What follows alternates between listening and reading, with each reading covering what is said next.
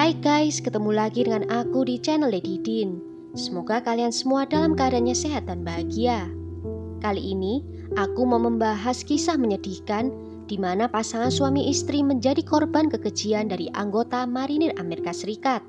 Bagaimana kisah lengkapnya? Tanpa basa-basi lama-lama, kita langsung masuk ke ceritanya ya. Sebelumnya, jangan lupa untuk subscribe dulu channel ini dan nyalakan lonceng notifikasinya supaya kalian tahu video terbaru dari aku.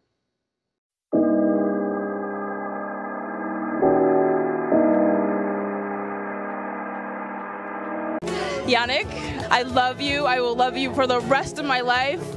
To you, baby. To us. Baby, I love you so much. You have no idea.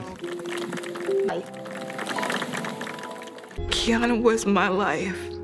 She was my life. I wanted to find out who did this and I was gonna make them pay. Jan Paweł Pietrzak lahir di Polandia pada tanggal 13 Maret 1984. Dan dia dinamai menurut nama dari Paus Yohanes Paulus yang kedua. Pada tahun 1994, ketika Jan berusia 10 tahun, keluarganya beremigrasi ke Amerika Serikat dan menetap di kota Brooklyn, New York.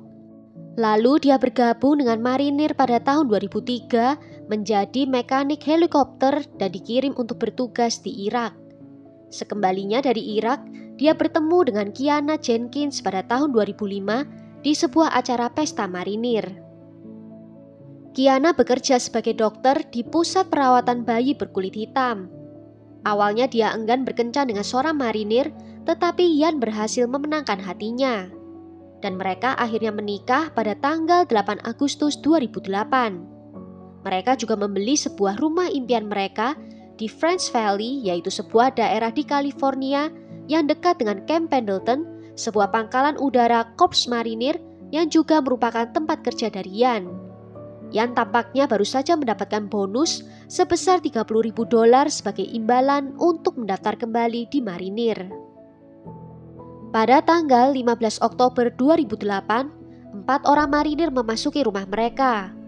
Awalnya tidak diketahui bagaimana mereka berhasil masuk ke dalam, karena pasangan itu sangat berhati-hati dengan keamanan rumah. Mereka telah melengkapi rumah mereka dengan sistem alarm. Dan setelah pergulatan singkat, pasangan itu berhasil dilumpuhkan. Mereka diikat dengan lakban dan mulutnya juga disumpal. Kiana diserang secara seksual dan suaminya dipaksa untuk menonton.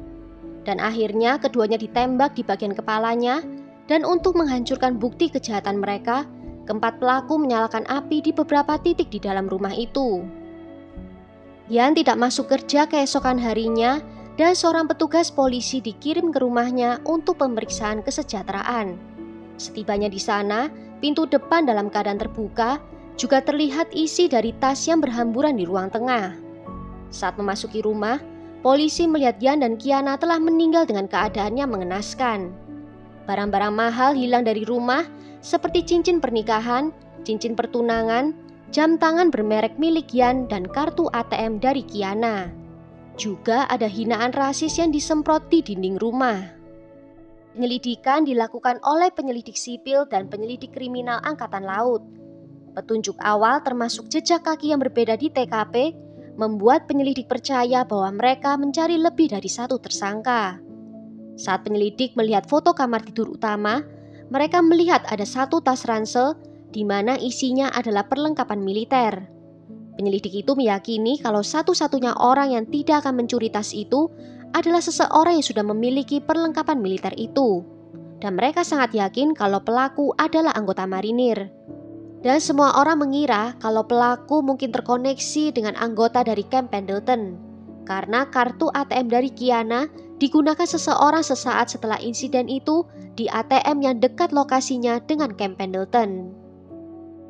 Setelah menginterogasi semua orang yang pernah bekerja dengan Sersan Jan, terungkap kalau Jan adalah sersan yang sangat ketat dan dia tidak mau menerima kesalahan sedikit pun. Teman Jan menyebutkan satu nama, yaitu Kopral Tyrone Miller, seorang marinir junior yang berada di bawah pengawasannya. Dan dia mendengar selentingan kalau Tyrone itu membenci Jan. Penyelidik merasa perlu berbicara dengan Tyrone dan di tanggal 28 Oktober 2008, dia dibawa untuk diinterogasi. Awalnya dia menolak, mengatakan kalau di hari kejadian dia pergi keluar rumah.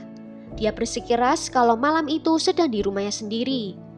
Namun saat detektif menggertaknya dengan mengatakan kalau mereka bisa melihat catatan ponselnya, mereka bisa mengetahui keberadaannya di malam hari itu. Mendengar itu, Tyrone akhirnya mengatakan kalau malam itu dia bepergian dengan temannya. Detektif melanjutkan pertanyaannya, menanyakan pakaian apa yang dikenakannya di malam hari itu. Dan Tyrone dengan spontan menyebutkan dua hal yang penting di dalam kasus ini, yaitu bandana biru seperti yang terlihat dipakai dalam rekaman CCTV ATM, dan benda satunya adalah sepatu Nike Air Force One seperti cetakan sepatu yang tertinggal di TKP. Setelahnya polisi mendapatkan surat izin penggeledahan, dan di rumah Tyrone mereka menemukan kartu ATM Kiana, gelang dengan nama korban dalam bahasa Polandia, dan seragam berwarna biru milik Jan, yaitu seragam yang paling disegani oleh marinir. Tyrone pun ditangkap, dan dalam interogasi selanjutnya, dia akhirnya mengatakan kalau tujuannya datang ke rumah itu hanyalah merampok. Dan dia juga menyebutkan dua temannya, Emrys John dan Kevin Cox, ikut dalam penyerangan. Tyrone bahkan mengklaim kalau Emrys lah yang menembak pasangan itu. Pada tanggal 3 November 2008, Departemen Sheriff mengumumkan bahwa ada 4 marinir yang ditahan atas pembunuhan tersebut.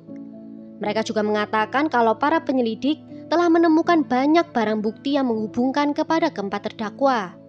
Dan pada tanggal 6 November, jurnalis berita televisi CNN melaporkan bahwa 4 marinir yang ditahan adalah keturunan Afrika Amerika dan mengatakan kemungkinan motif pembunuhan adalah masalah ras. Namun pihak berwenang dari Riverside County mempertahankan kalau motifnya adalah perampokan. Detektif mengatakan perhiasan, kamera, dan beberapa hadiah pernikahan telah dicuri, dan beberapa barang ditemukan di rumah tersangka. Terlepas dari kesimpulan yang diajukan oleh para penyelidik, orang tua dari pasangan itu dan masyarakat umum meyakini bahwa ada kemungkinan motif rasial. Dan pada tanggal 20 November, keempat terdakwa mengaku tidak bersalah atas pembunuhan itu. Ibu dari Jan berulang kali menyatakan bahwa dia yakin pembunuhan itu bermotif rasial. Pada tanggal 11 November 2008, dia menulis surat resmi ke Presiden Barack Obama menyatakan motif dari insiden itu.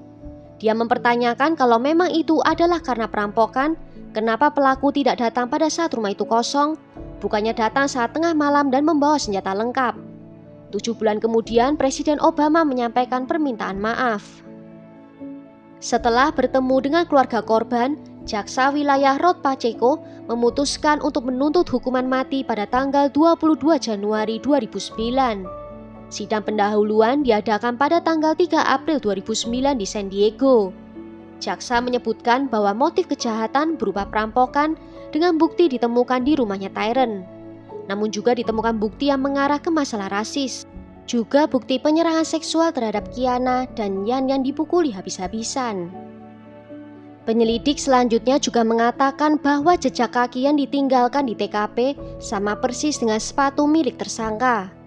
Di bulan Juni, salah seorang teman dari Tyrone bersaksi bahwa beberapa hari setelah kejahatan, Tyrone menceritakan kepadanya rincian penyerangan dan pembunuhan. Dalam persidangan itu juga diputarkan sebuah rekaman, yaitu dari pacarnya Kevin bernama Melissa Buck, menyatakan bahwa setelah peristiwa itu, Kevin dan ketiga terdakwa lainnya kembali ke rumah. Mereka minum bir bersama dan salah satu dari mereka berkata kepada Emrys kalau dia telah melakukan pekerjaan yang bagus di malam itu. Melissa juga bersaksi kalau keempat terdakwa sering melakukan perampokan lainnya dan mengaku kalau dia pernah melakukan bersama dengan mereka. Sidang keempat mengalami beberapa penundaan dan baru diadakan lagi pada tanggal 1 Februari 2011. Namun dihentikan sementara setelah Kesaun Skies buang air kecil di persidangan. Hakim memerintahkan evaluasi psikologisnya. Uji coba kompetensi mental dimulai pada tanggal 24 Mei 2011. Dan setelah 2 jam bermusyawarah, juri menilai kalau dia dalam keadaan sehat mental. Dan sebagai tanggapan, hakim memerintahkan proses pidana tetap dilanjutkan. Pada tanggal 5 Juni 2013, Kevin dan Emrys dihukum karena 2 tuduhan pembunuhan tingkat pertama. Sedangkan Tyrone dihukum karena adanya penetrasi seksual dengan benda asing dan juga 2 tuduhan pembunuhan tingkat pertama.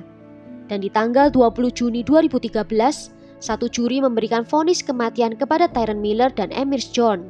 Dan satu juri lainnya memberikan hukuman seumur hidup tanpa pembebasan bersyarat kepada Kevin Cox. Pada 19 Juli 2013, di Pengadilan Tinggi Riverside, Tyron Miller dijatuhi hukuman mati. Dan pada 16 Agustus 2013, Kevin Cox dijatuhi hukuman penjara seumur hidup dan selama persidangan dia tidak menunjukkan ekspresi penyesalan. Dia juga mengatakan akan mengajukan banding. Sedangkan Amish John yang juga adalah pelaku yang melakukan penembakan dijatuhi hukuman mati. Satu terdakwa lainnya, Kesaun Skies, divonis mati pada 7 November 2014. Hakim menyebut pembunuhan itu biadab dan yang paling tidak manusiawi yang pernah dilihatnya selama 27 tahun di pengadilan. Well, sampai di sini dulu cerita kali ini. Bagaimana menurut kalian tentang kasus ini? Tulis ya pendapat kalian di kolom komentar. Akhir kata, terima kasih karena sudah nonton video ini sampai akhir. Sampai jumpa di video berikutnya. Ciao!